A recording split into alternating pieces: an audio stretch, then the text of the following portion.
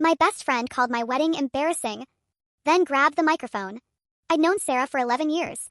When I got engaged, she acted excited, but the second she found out we weren't spending $50,000 on the wedding, everything changed. She kept comparing it to hers. The venue's cute. The flowers are simple. The food's budget-friendly.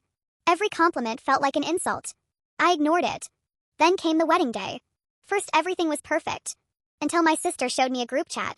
Sarah had been messaging people all morning. This wedding looks like it was planned on Temu. I've seen nicer setups at high school graduations. I was furious. But I stayed quiet. I didn't want drama. Then during the reception, Sarah stood up and grabbed the microphone. Without asking, she started giving a speech. First it sounded normal.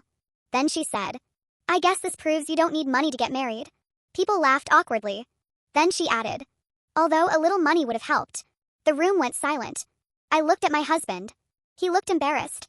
My parents looked shocked. Sarah was smiling like she was the funniest person in the world. That's when my maid of honor walked over and handed me her phone.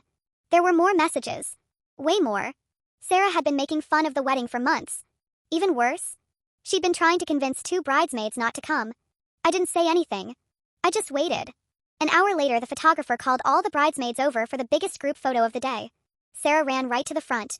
I walked over and said, "Actually, everyone except Sarah." She laughed. Then realized I was serious. The photographer lowered his camera. The bridesmaid stepped away from her. And suddenly she was standing there alone. In front of everyone. Sarah asked if I was joking. I said, "No. I don't take photos with people who spend months trying to ruin my wedding." The entire bridal party went silent. Then one bridesmaid said, "Honestly, it's about time."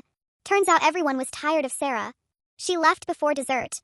The next morning she demanded an apology. I sent her screenshots of every message she'd written. She blocked me. My wedding photos turned out amazing. And somehow none of them needed Sarah in them. If you're on my side, subscribe for more stories like this every day.